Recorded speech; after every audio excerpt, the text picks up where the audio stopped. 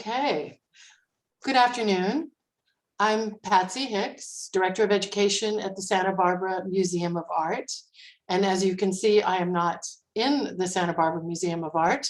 Rather, we are coming to you via Zoom, which we had hoped would not be necessary, but we're grateful that it's possible.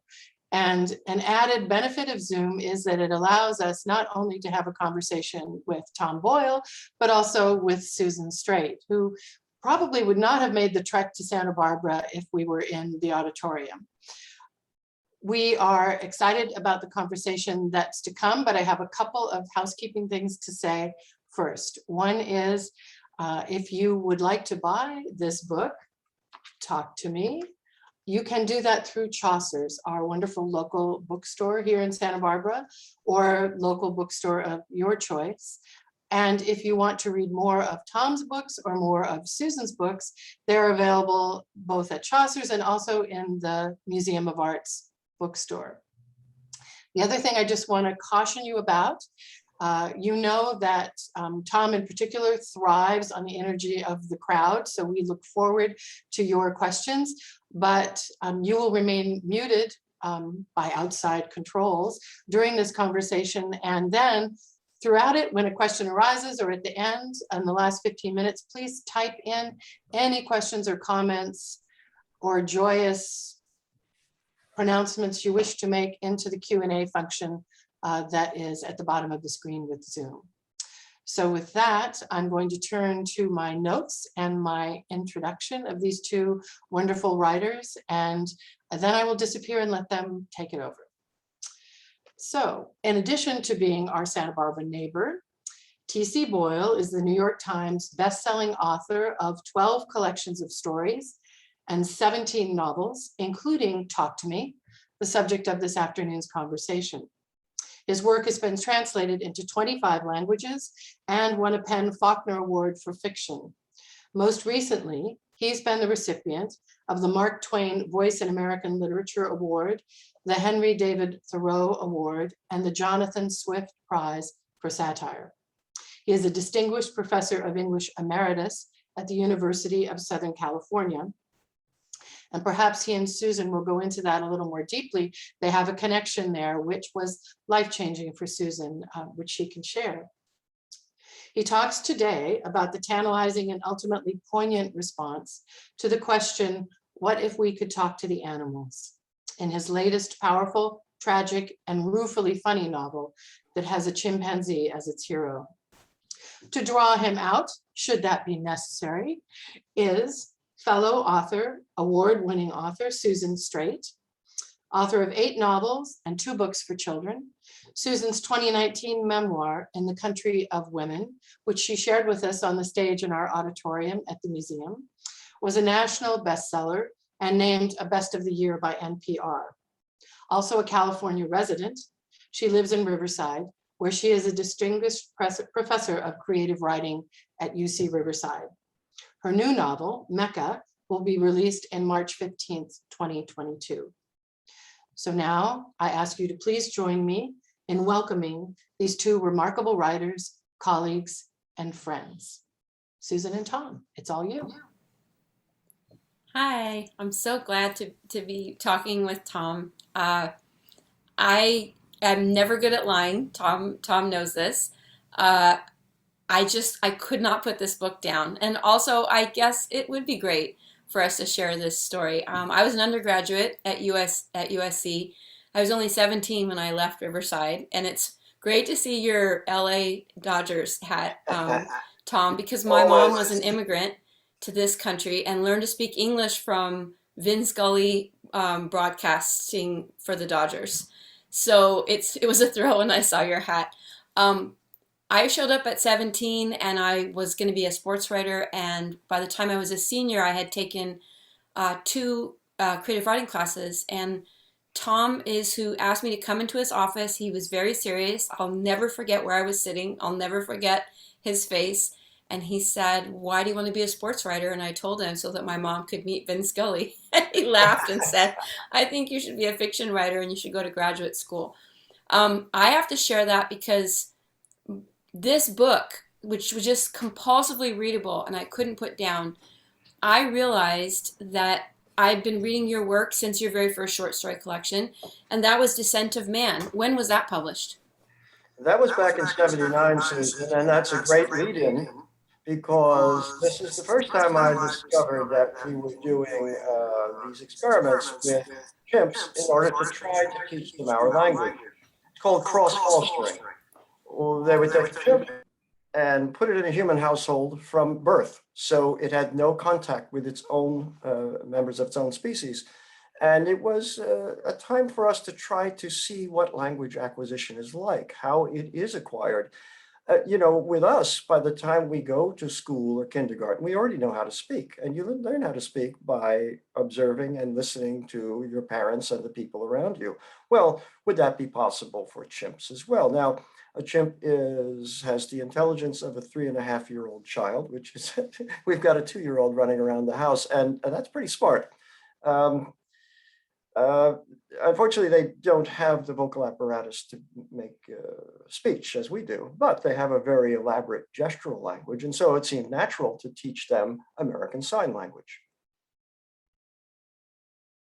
What I found fascinating is just that, is I remember reading about Conrad, right? Was that his name?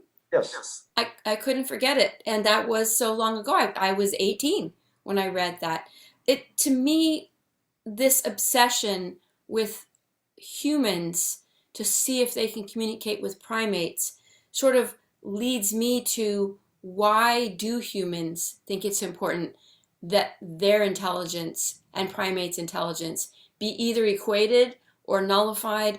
And the most impressive thing about this book, the reason I couldn't put it down, and I finished it in 2 days, and for the last 5 days, I have just not been able to get the sections with Sam out of my mind.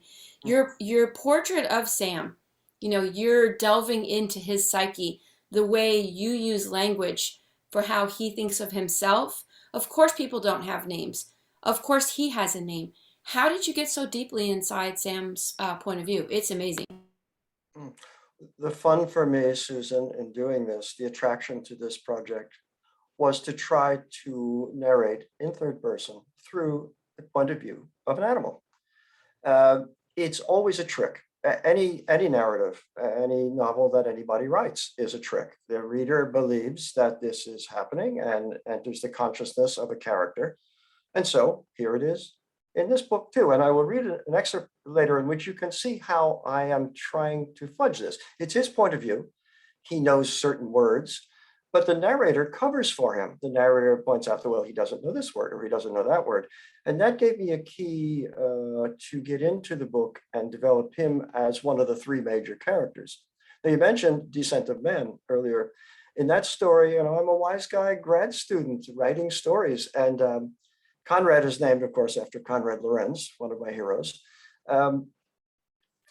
In that scenario, which is very absurdist and wildly funny, it's about a love triangle between a female researcher, a very brilliant chimp, and a kind of schlup of a boyfriend she lives with.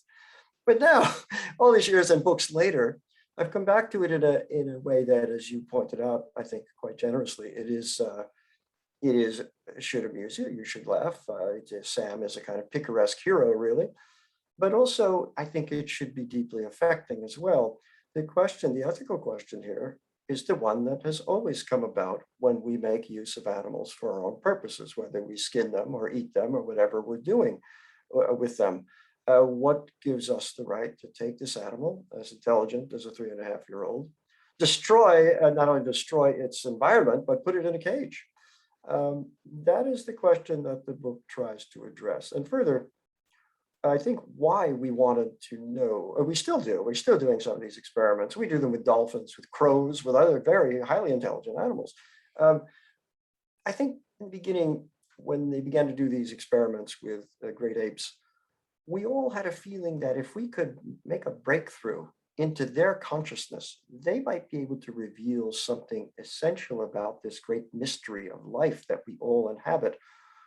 But obviously, that wasn't going to happen. And I think that's why why the book is set in the 70s and 80s, when this was a going concern, and really it's kind of petered out because people realized that they have their own language, which is a gestural language. They have their own lives, their own way of seeing things. Before we came on the air, we were observing Patsy's dog asleep on the bed behind her. We talked about our dogs and how they perceive the world.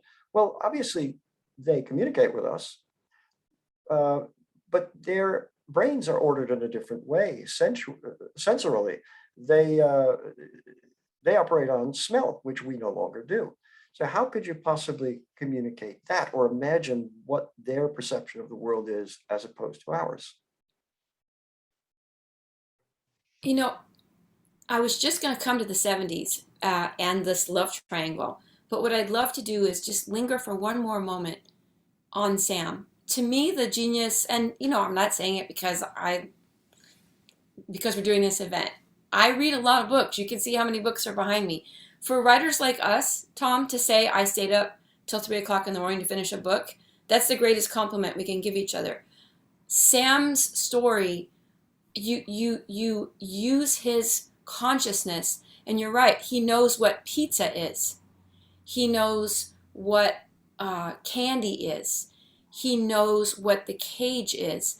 But the way he refers to the humans, it's her for Amy, the one part of the triangle, and it's him for Guy. And then there are other people that he refers to mostly as their physical attributes, which makes sense. And again, you're totally right. He's 3.5 to 4 years old in this beautiful evocation that you give us. But the tension is always there in his teeth, in his fingers, in his absolute capability for destruction, just like a toddler. But the way you depict him growing up over the years is just astonishing. So your imagination, as well as, I'm assuming you did some research, is that how you were able to pull it off? Yes, of course. These biological conundrums have always fascinated me. In fact, probably what I write about most of all is the mystery of being an animal on this planet, which is what we are, animals. I mainly got my information from the wonderful books written of this period, like Nim Chimpsky, for instance, by Nancy Hest, from which many of these details are taken. There are a number of fascinating nonfiction books about this. I also was fortunate enough to have a friend who's a primatologist who introduced me to one of her students who is doing a project on the chimps at the LA Zoo. So I was able to observe them too.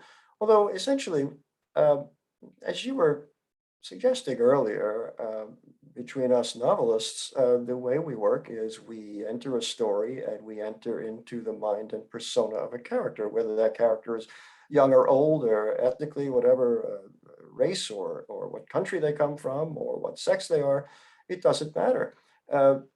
We have to feel through them and see the world through them. And so this is just an extension of that. Yeah, it's quite amazing, and this is what was fascinating, is to see Sam's point of view set against that love triangle that you talk about. Your portrait of the 70s is great. You have all the details are so perfect of campus life in a place. It's a fictional UC Santa Maria. I love that you picked Santa Maria. I mean, that's definitely for us SoCal people. You have such specific things like that Amy's from Calabasas. So I love that. But also, I love what you did with Guy. All right, Guy is a classic narcissist as a professor. He is that kind of researcher for whom, even though his subject is someone that he professes to love and care about, it's really about his grant money, and that's really about, I'm going to be on the Johnny Carson show, and I'm going to be famous. And so I love that portrait, but then I have to tell you, the way you dug into she's a classic girl searching for love. And yet she is a very, very particular individual. And I love the machinations of her mind too. The minute she sees Sam, she's hooked. And it's almost as if Guy is the satellite. So this is a great portrait. How did you get into Amy's point of view? Same way? Who were you imagining? Oh, I love hearing the way you parse these things. Again, I never know what a book will be. I just let it fly and follow it. She's very shy and nonverbal, at least at first. She's also very diminutive. All indications of what her relationship might be with Sam and with Guy. And yes, Guy is typically a professor who wants to advance more than anything. And yet he has sympathy for Sam, but he's much more interested, as you say, in advancing in his career. This is not necessarily bad, but as it plays out between the three characters, Amy becomes quite sympathetic. First, a kind of mother figure, and then a kind of lover figure, although we don't overtly get into interspecies sex, as we did in Dissent of Man. But I think you've nailed those characters quite beautifully. Now, another thing to talk about here is the sadness of this, the ethos of this kind of experiment, or eating meat, for instance, caging any animal, using any animal for our benefit. A chimp is far more powerful than a human being. And all the chimps you've ever seen in films, for instance, are juveniles. They can be controlled physically, but at a certain point, they're uncontrollable. And don't forget, with our cats and dogs, there have been thousands of generations of cats and dogs, and we have selected to the ones who are most amenable to us. The chimp is a wild animal out of the jungle. In the 70s, they had to stop doing this because they were killing the mother to get a chimp in Africa, and then bring the chimps for these experiments. The animal is wild, dangerous, and very smart, and doesn't, and Sam, like any child, doesn't want to go to school and be put through lessons. And like any child, he has tantrums. Only as he gets older, his tantrums can be extremely dangerous to whoever else is around. So I would like to read a little excerpt from Sam's point of view, just a very brief one. And in the opening of the book, we see Amy becoming acclimated to Sam and her job, which was basically a minder to clean up after him and cook and clean the house and so on. But as he grows older, he is then taken from her and from Guy by a Moncrief, who is a guy who breeds these apes at another university in Iowa. And Sam goes from being like a human, beloved, with his own house and all the people he loves and everything he wants, and to be put into a cage. Now, these animals can live to be 50 years. And, you know, at the age of 5 or so, they are then confined in a cage forever. And in those days, of course, what are you going to do with them? Well, they use them for biomedical research. So in this chapter, Sam has been narcotized and put in a little plane, flown back to this chimp breeding facility in Iowa. And he wakes up there and wonders what is going on. Chapter is called Key, Lock, Out. He didn't have a word for words, or not yet anyway, but he knew words all the same. He knew key, he knew lock, he knew out. He was a prisoner, though he didn't have a word for that either. And even if he did, it would have been meaningless. What did a word, any word, have to do with this situation, in this place, in the onrushing, unstoppable cataract of now, and the fear, afraid, that came with it? He had diarrhea, which existed as a pain in the gut, a stench, a hot, wet squirt of shit that needed no terminology and no afterthought. He wanted his blanket, a blanket, any blanket. He was cold. He was distraught. He rocked from side to side. He stared at nothing. He plucked the hairs of his arms, his chin, the crown of his head, trichotillomania. And he didn't know that term either. How could he? And what would it matter if he did? Would it get him out of here? Sleep was his only release, and it came to him in a blaze of shuffled images. The bathroom light so bright it was like the sun in the sky, a trickle of blood-warm water in the tub, and the face of the one who meant most to him, whose name he'd invented in the gesture of pinching his right nipple the way he pinched hers when she was with him in the bed. And they were both warm, and his shirt was on the floor. But then he woke. He always woke, to the screams and the reek of his own diarrhea and the food he refused and the din of flesh pounding on metal. when he was thirsty.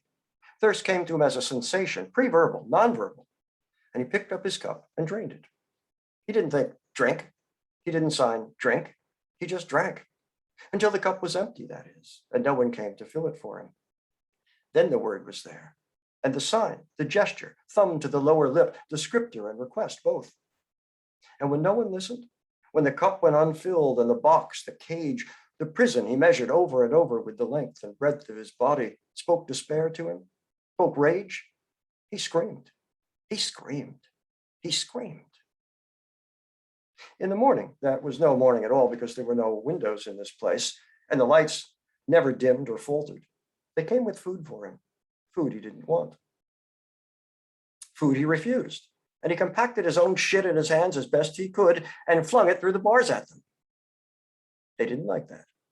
They backed away, cursing in their alien voices, and he held one hand under his chin and waggled his fingers, cursing back at them, dirty, dirty.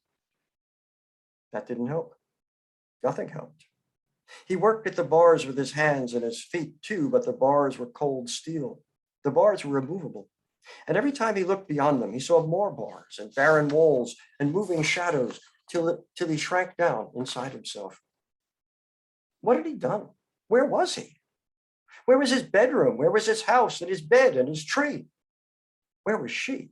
And why had she allowed them to bring him here? He took it as long as he could, huddled in the back of the cell, the box, the cage. And then he leapt to his feet, clung to the bars and screamed again until the big man came through the door and every voice in the place fell silent.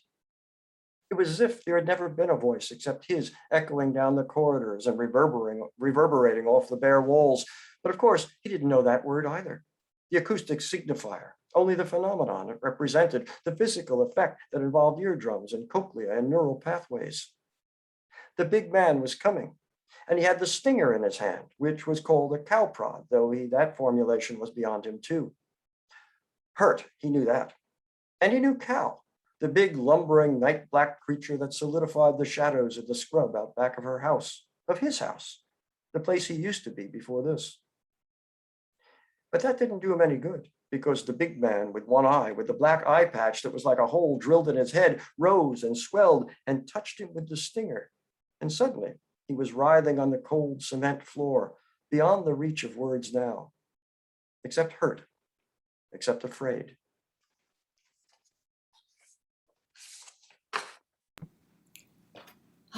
It's as if we're thinking the same thing, because that section is so heartbreaking, because Sam, as you've pointed out, is like a 4-year-old, but now he's becoming an adolescent. And think of our own children or our own nieces and nephews. Think of the turmoil inside. You've seen a toddler have a tantrum, and yet you're able to control most toddlers. And when a teenager has a tantrum, there is a power behind it. But when Sam has a tantrum, as you said, the pound per pound power that he has as a chimpanzee makes it a completely different thing. Tom, this portrait of the big man, this is Dr. Moncrief, and he has an eye patch because one of his eyes has been damaged by a previous chimp attack. And this is where we get into this intricate plot that you've set forth. And I want to say to you, and this might seem a little writer nerd, but I guess I don't think you'll mind because this is so much fun. To me, the heartbreaking things are always in the secondary characters. And that's what you've done an amazing job with. On page 107, and you can see I have some post-its, and they might not be where you think they should be, but gosh, on page 107, Amy, who's a very lonely young woman, that's why she's so drawn to Sam. It's partly her yearning for connection. She feels so lonely. She pictures her mother cooking in this suburban Calabasas house that Amy has no desire to ever return to. And then later on, we see the chimpanzee named Elizabeth Reed. And you just kill me with that, Tom, because Elizabeth Reed is named for an Allman Brothers, a woman in an Allman Brothers song, and that's so 70s. And she is Sam's mother. She is Sam's mother, and she is briefly in your novel, and yet she is the one I kept seeing over and over again. The words are very, very brief about her, and yet she is chained. She has a collar. She has never been free since she was taken from the Gambia. Look, I don't even have to look. I've memorized it. And each time she has a baby, an infant, it is taken away from her. And the way that the cage that you just read about, the way this devolves, your secondary characters are astonishing. It's not a question, it's more of a writer nerd thing. You imagined Azazel, and I wanted you to talk briefly about him. I don't know if I'm saying it right. Yeah, he is the most mature and the biggest of the 30 apes or so that are in this breeding facility, and of course a champion breeder. But he is beyond any kind of control anyone could have over him, and he's extremely dangerous, which will play a part later in the novel when Amy decides to intervene and rescue Sam from this facility in the dead of night. By the way, a lot of this is based on the actual stories of the attachment, mainly with women to the chimps. And in fact, one woman did run off with a chimp and keep him as her own, although, of course, it's difficult, as you see in the novel. What are you going to do with him? You can't go to a motel. He could attack anybody at any time. He could destroy a motel. The real science always fascinates me. And when I write historical pieces too, which I guess this is one since it's set in the 70s, the history of what's happened in the past, like with my book about John Harvey Kellogg, The Road to Wellville, or Frank Lloyd Wright, and sitting in the house designed by Frank Lloyd Wright right now. These characters are so fascinating to me as I receive them through history that I want to kind of give that to you straight. I don't really need to elaborate so much. I just have to discover what the story is. And so with Moncrief, there was a professor like him who was in charge of many of these experiments, and he would farm out his precious chimps, worth $10,000 each in those days, to select students in various universities for their experiments. He wanted control of all of these. He wanted glory, and he wanted money.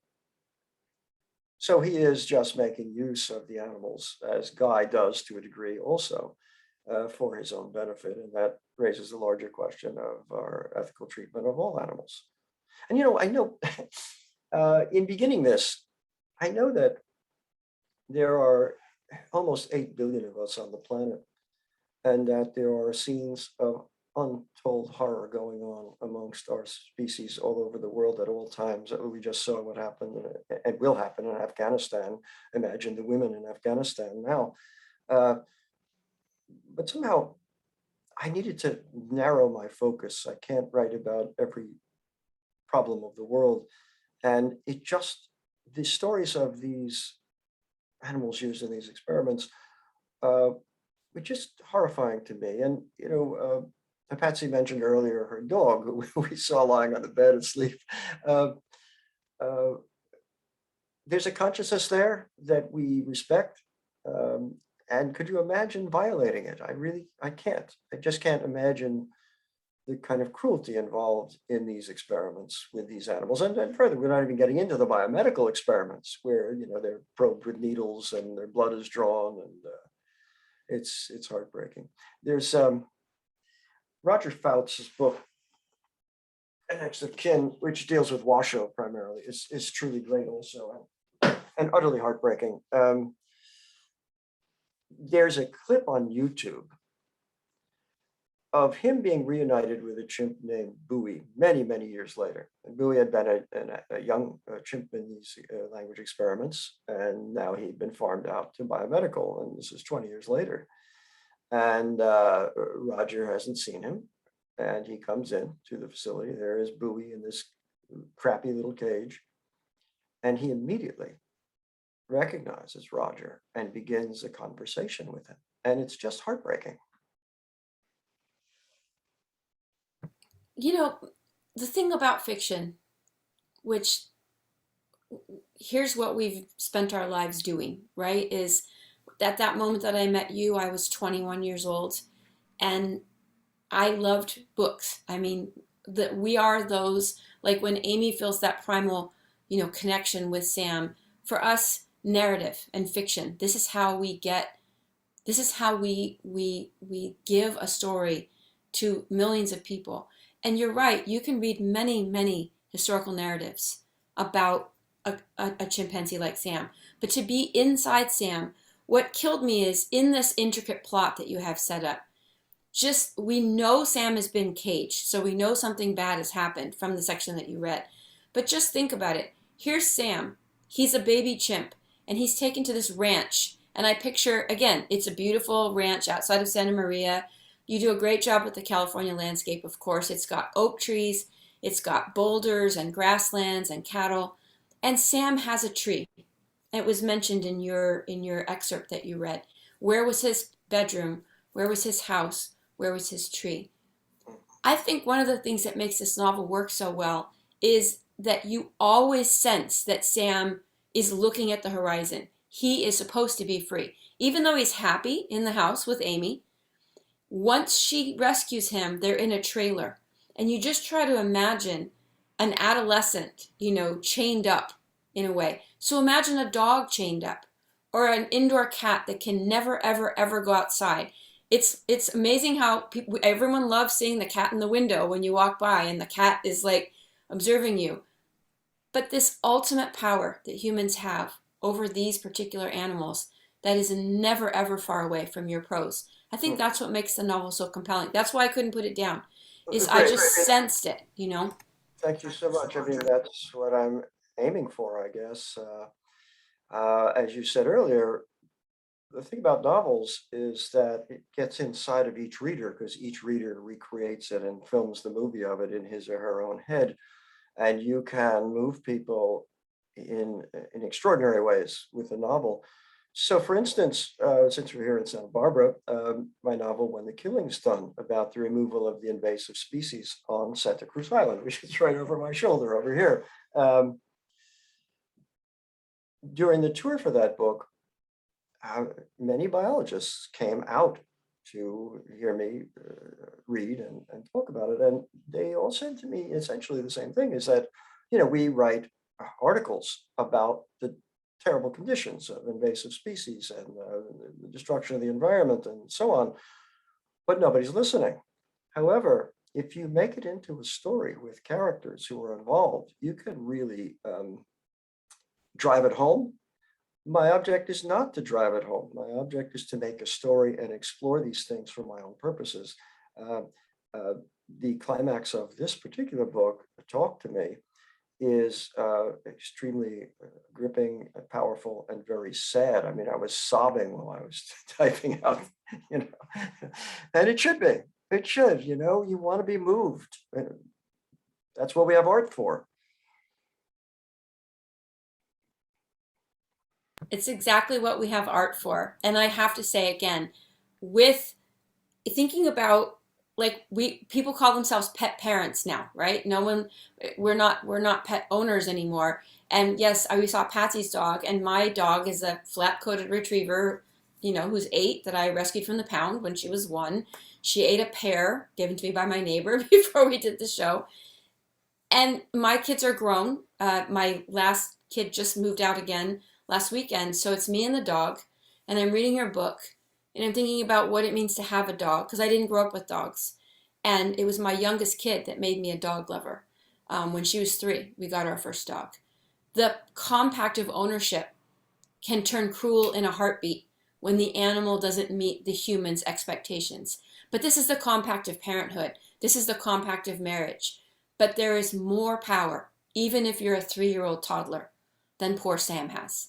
And so you're right. The conclusion of this novel, which we don't want to talk about yet, is just astonishing. But I just want to say one last little thing before we open it up in a few minutes for questions and answers. And that is that to think about who Sam is to think about what every animal wants. You know how people say, my dog ran away. Like, I treat that dog so well, and that dog loved me, and yet the gate was open and the dog ran away. Well, we would run away too, right, Tom? I mean, we would run away too if someone said this yard is all it is. So I have a friend who's become recently agoraphobic. And so that was also on my mind. I was thinking, what is it that my friend, my dear friend that I've known since I was a child, cannot leave her house? She has made the house into the only place that's comfortable. Your novel, just all of these things happen. And the last little thing I wanted to say is that when Guy arrives to the trailer in Arizona, where Amy's keeping Sam, we have seen this as as sort of an idyllic place that Sam and Amy have created. And yet Guy sees it's a mess, because to keep a chimpanzee who is now an adolescent, and as you said, this is a chimpanzee who has to wear a diaper, who, even though he's wearing overalls, and everyone thinks he's cute, this is an animal. So I just wondered if you could talk a little bit about, you made this trailer and you made this desert. How did you do that? Wow. Again, I just follow the story.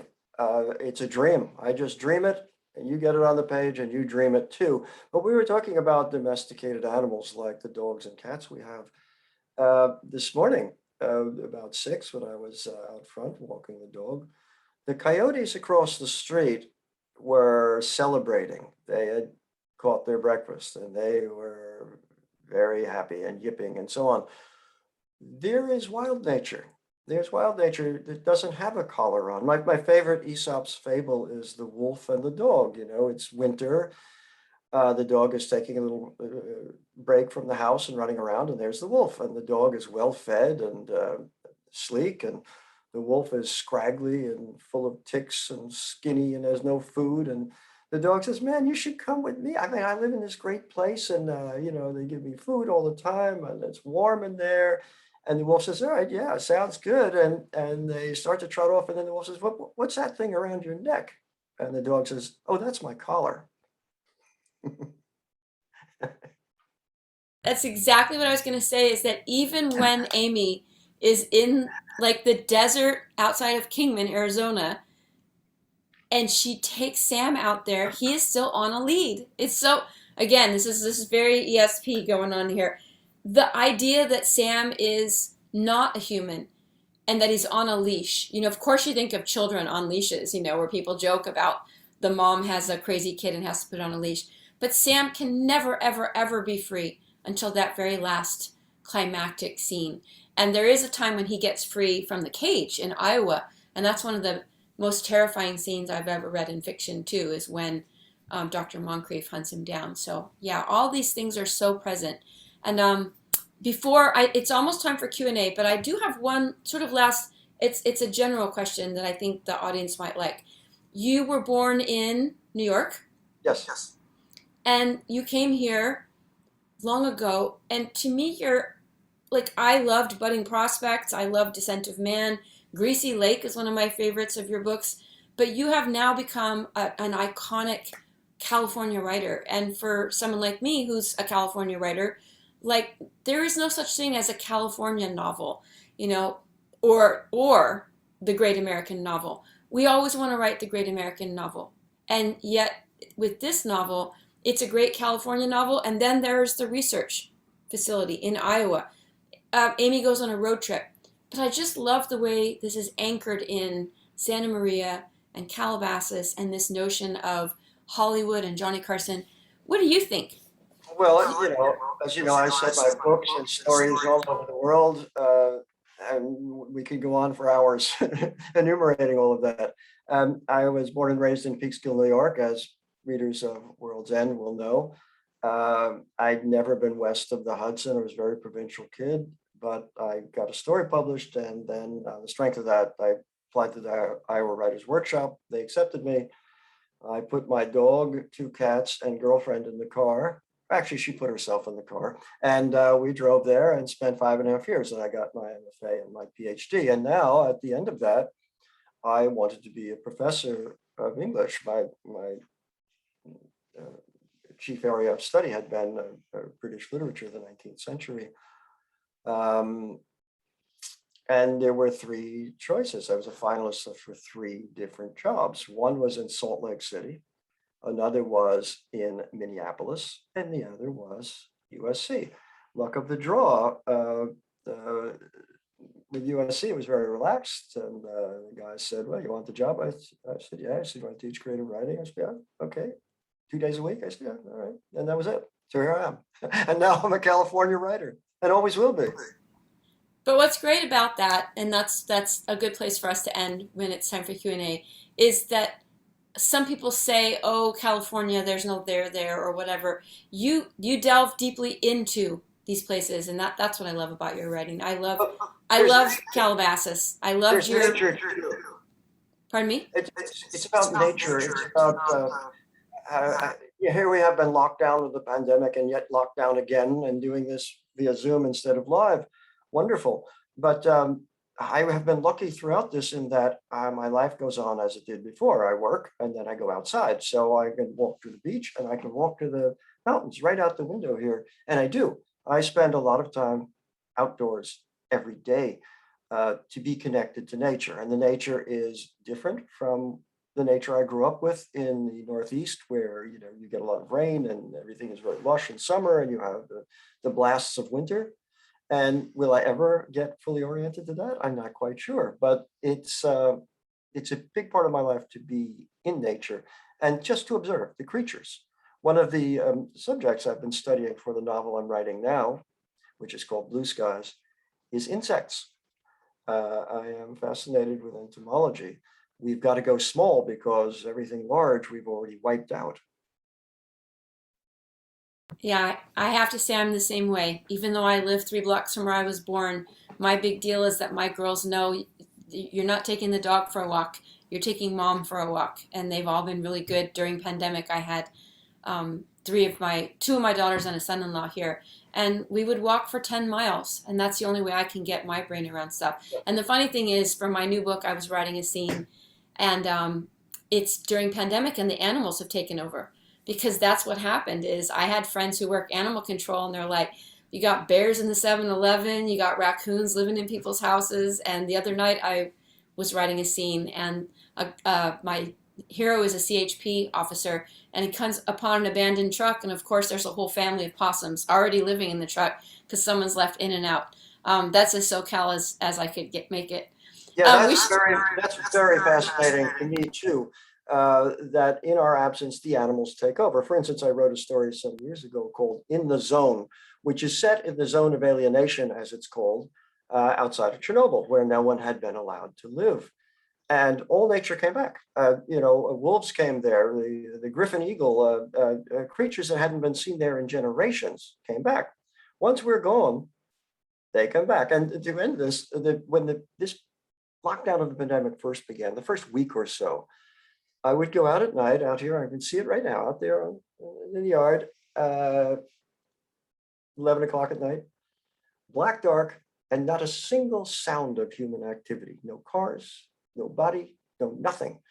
And it's kind of nice.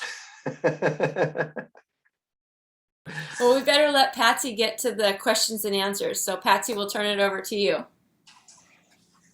That was amazing. Thank you so much. I'm not even going to show my face because I want them still to focus on you.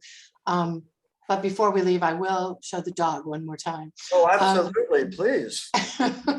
So we have several questions, and let me open them up. And please, those of you who have more questions, just keep typing them in because we can get through, I think, a number of them. That was an amazing direction, so much to think about, and we'll see where readers take us now. So this person asks, does your sensitivity to the animals reach out to the pigs and chickens and promote a vegan diet consciousness? To a large degree. I still do eat some meat, primarily the chickens that you mentioned. I'm weaning myself off. I am primarily vegetarian for ethical reasons. I feel for the chickens, and of course they are adduced in this novel. You will read about them and industrial farming and all the rest. And by the way, if we speak of the pig is as smart as the chimpanzee. And in previous times when we were mainly farmers, okay, there's the pig. The pig has a piggy life. He has a girlfriend, he has children, he lives there in the pen and sees the sun and enjoys life. Then one day he's hit on the head and he's dead and he's eaten. But the way it is today is like it's aliens in a sci-fi movie have come, and they're in these little pens where they can't even turn around their entire lives. It's the cruelty of it is beyond imagining.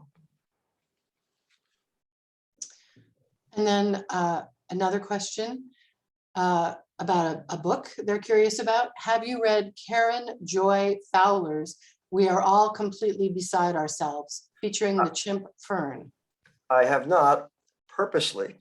I know her and I love her work, but I didn't because I didn't want it to interfere with what I was doing. I mean, Russell Banks has written a book about a chimp as well, and several others. I think all us writers are fascinated by it because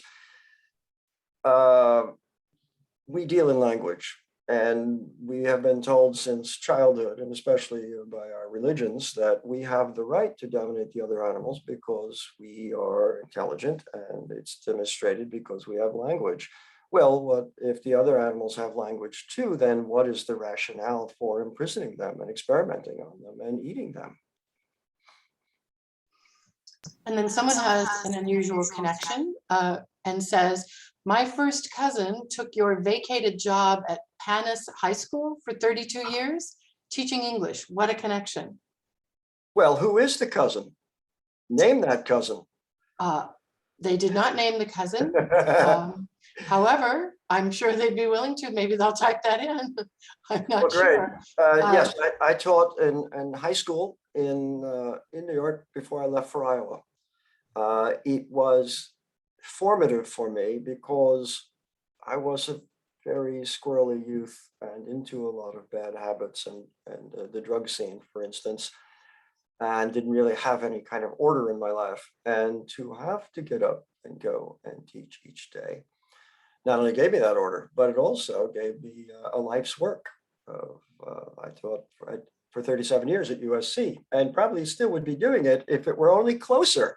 The drive from here, I became a road warrior, but I don't want to do that. I still have my day job though, so I'm doing okay. Well, we'll see if that name appears, but as a former high school English teacher, I totally relate to that. And here's another question. You said that you just dream the book as you write. Do you not outline in the broadest sense? I don't have any kind of outline, no. I try to think ahead structurally, but for me, the structure is all internal and it suggests itself. And I'm not saying that I'm just dreaming along and the book appears and it's magic and so on, but that is true. That is true. But each day I'm revising to move ahead. And in that process, I think it frees the unconscious to be able to solve some of these problems. I think all writers have different strengths and weaknesses. I'm not going to go into weaknesses here, but I'll say that I think one of my strengths is the ability to find an architecture for each story. You know, look at all the short stories I've written in these volumes of stories. They're all different, and each one begins in a different place and finds its own way.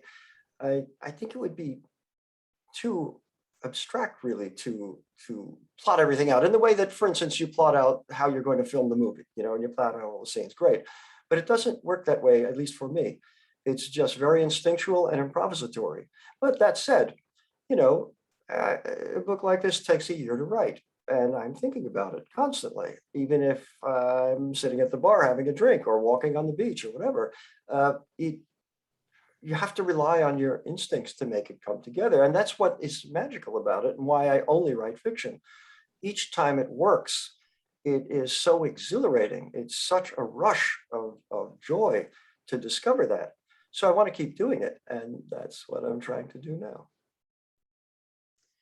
And here's really more of a thank you shout out than a question.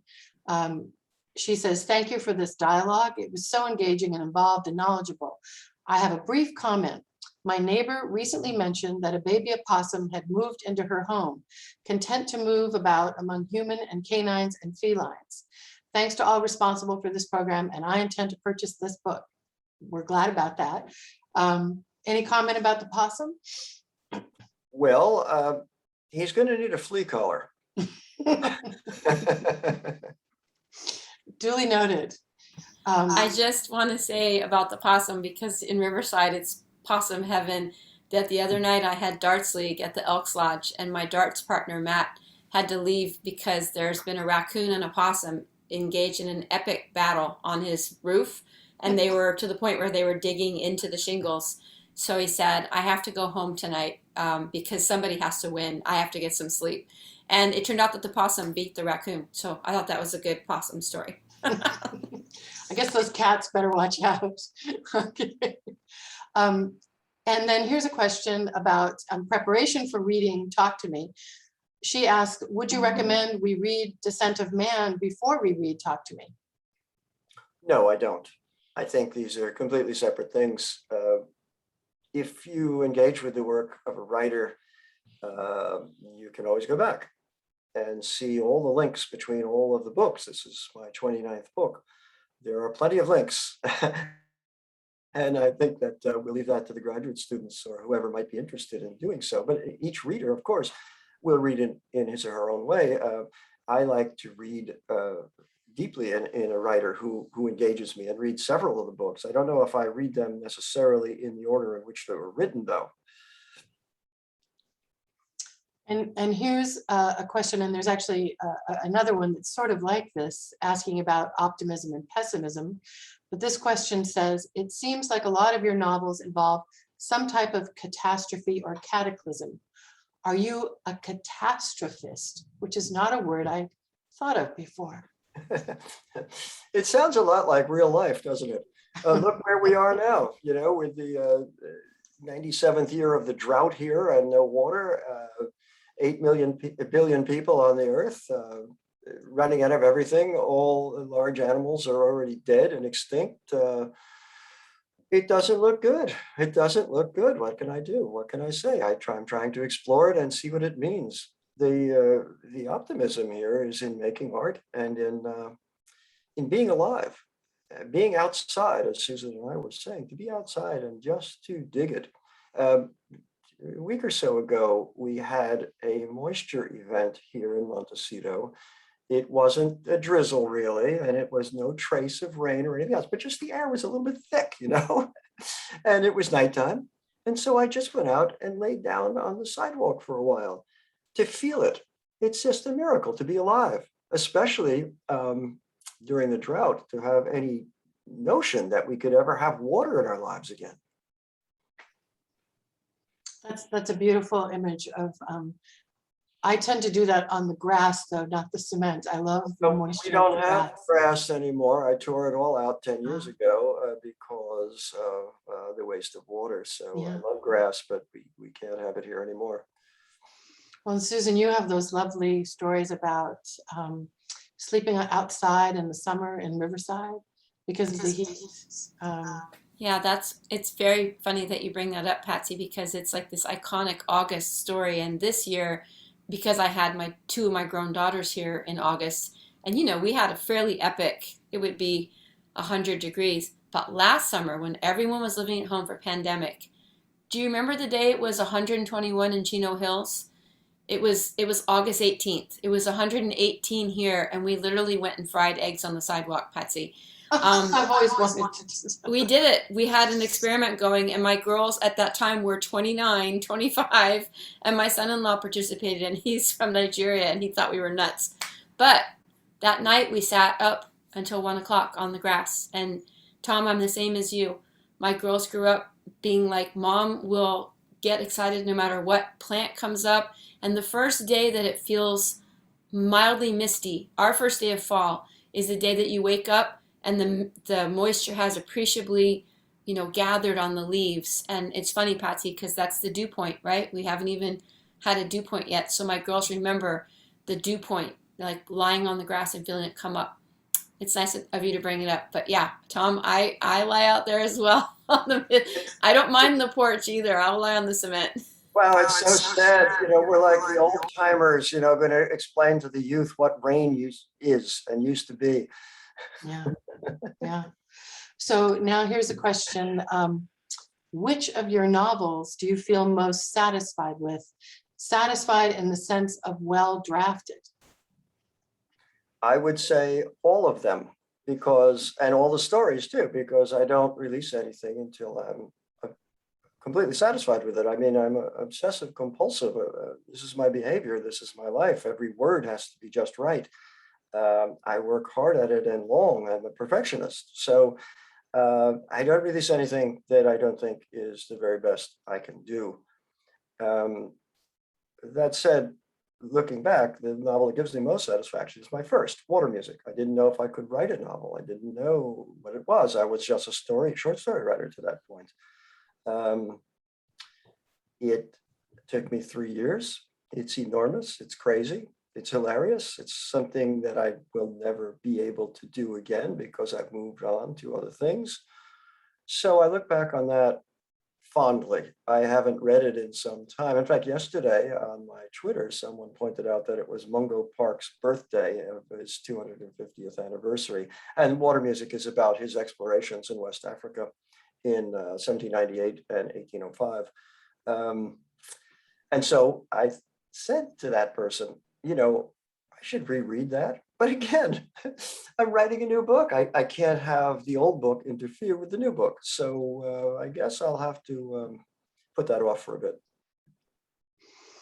And relating at least to the title of Water Music, this person asked, what feeds your dreams and creativity? Nature, other art forms like music, something else? Music, certainly. So I went to college to be as a music major. I love music. I briefly did a little screeching in a rock and roll band and so on. I never work at all without music playing. In fact, it's strange to hear silence right now during this conversation. I have music playing all day, every day. And I work with music because the music fulfills me in some deep way. I may not even be aware that it's there, but it's giving me rhythm and joy. And of course, Susan can testify, you know, if you're a good writer, you're interested in the music of the words and the sentences, and they have to be just right. So it's certainly music is a huge part of my life. And as we mentioned several times already, so is being a creature in nature. And I should say that I don't want to go kayaking or swimming, as I do regularly in the harbor, with anybody else. I don't want to hike the trails with anybody else. I don't want to go to my favorite spots in the Sierras with anybody else. I want to be alone in nature to feel something bigger than me. And it's tremendously calming. I'm probably speaking to the choir here, but for people who don't have the experience of being alone in nature, particularly in a wild place, it's re-energizing, and it reconnects you to your role as an animal on this mysterious planet. And then two final questions, maybe. One, would you consider teaching in Santa Barbara? Someone asks. Show me the money. I don't know. You know, after 37 years of correcting manuscripts, I was a fanatic. I mean, every single word of every student manuscript, of the thousands of them, I copy edited because I couldn't help it. You know, it's just the way it is. Maybe. I mean, I do miss the interaction with the students. It was a great thing for me, especially in my early years, because it got me out of the house 2 days a week in order to talk about what I love most of all on this earth with people who are equally committed and excited about it. And I do miss that interaction, which was pretty wonderful. Yeah. And then moving ahead into the future of this book, someone asks, does Talk to Me feel like it could be translated to the movie screen? Well, of course, my agent feels it can, as he does with everything. And there are many of my things are under option and being in various phases of development. So many I don't even know what they are. I, from the beginning, felt that I did not want to participate in Hollywood because my job, my life, my being, my purpose is to explore my work. What is it? What are the questions? What are we doing on the planet? All of that. I leave it to someone else, and I hope that great things will come of it. So yes, of course, this one would make a wonderful film because it's got all this tension and beauty. And now with the advances in CGI, it would be seamless to create Sam.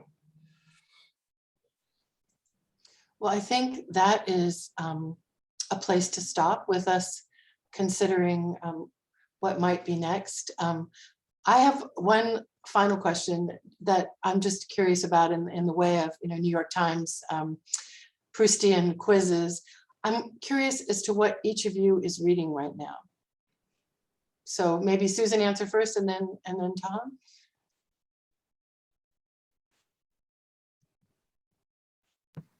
Sorry, had forgotten to unmute. I am reading all the time. I know that my office looks crazy, but if you saw the next room, I'm actually updating a literary map of the United States that I made in 2017. That map had 737 books on it, all regional fiction. Tom is on there, of course. I've updated it to 909 books, and I'm working on that project with Esri, the global mapping company. And so I've just finished reading 289 books in the last, I'd say like 16, 17 months. I love to read. It's just, that's my deal, is reading and taking a walk. I right now just finished reading Winter Counts by David Wandley-Wyden. And Tom and Patsy, I can't recommend, there are two books I can't recommend more highly to you, and that is Stephen Graham Jones. Have you read his book? No. It is a thriller like no other. The Only Good Indians, and it actually has a haunted elk that comes to life and is out for retribution after a hunt. That was an amazing book. And I actually just read Behold the Dreamers by Imbolo Mbwe, which came out maybe a couple years ago, and I hadn't gotten to read it. It's about a couple from Cameroon. And one of my son-in-law's best friends, they were here the other night, is from Cameroon and is married to a woman who is Nigerian and Iraqi. And I had just finished that book so I could give it to them. Behold the Dreamers and The Only Good Indians. Those are two recent books I read that I loved. But yeah, I can't wait to send you guys the updated literary map in 2 weeks. 909 novels of the American experience, a new Library of America, with books in every state, which makes me very happy. And Tom, do you have one that's sticking in your... Right now I'm reading The Fall of Rome by Kyle Harper, who brings an epidemiological and environmental weight to the fall of Rome. It wasn't just the barbarians knocking at the door, but the empire collapsed in the way that perhaps our empire will collapse because of forces beyond our control. One wonderful thing I discovered, because I hadn't even thought about the barbarians since high school. We knew about the Goths, the Ostrogoths, the Visigoths, and everything, but a new tribe was revealed to me. The Alans, A-L-A-N-S, the Alans, the barbarians, the Alans. My best friend is named Alan. He does have a beard, so maybe he is a barbarian. I don't know. I think we're all barbarians every once in a while, but Alan is such a 70s name too, right, Tom? It's like Alan is such a, that no one would name their kid Alan now. I love it. Yeah, we were together the other night at the Elks and we decided everyone was Tony, Mike, Peter, Alan, and then there were a lot of Jerrys. Like no one gets to be named Jerry anymore. I love it. Well, for names, you've got to go back to Frank Zappa and his daughter Moon Unit. I mean, she was the first, but now, of course, there are thousands of Moon Units. Well, we'll wait to see what this next grandchild gets named in a few weeks. But it's been wonderful talking with both of you, and thank you for coming together to do this.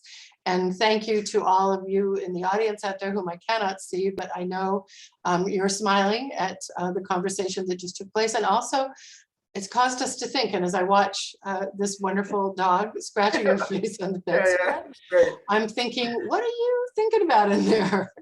What do we need to do next? Maybe she can't even bear to watch. So anyway, thank you. It's been great fun. I can't wait for the next books coming out and the map. And I hope to talk to you again soon. Thanks for such a generous conversation. You're welcome. Thanks for inviting me. Okay, take care. Bye-bye. Bye.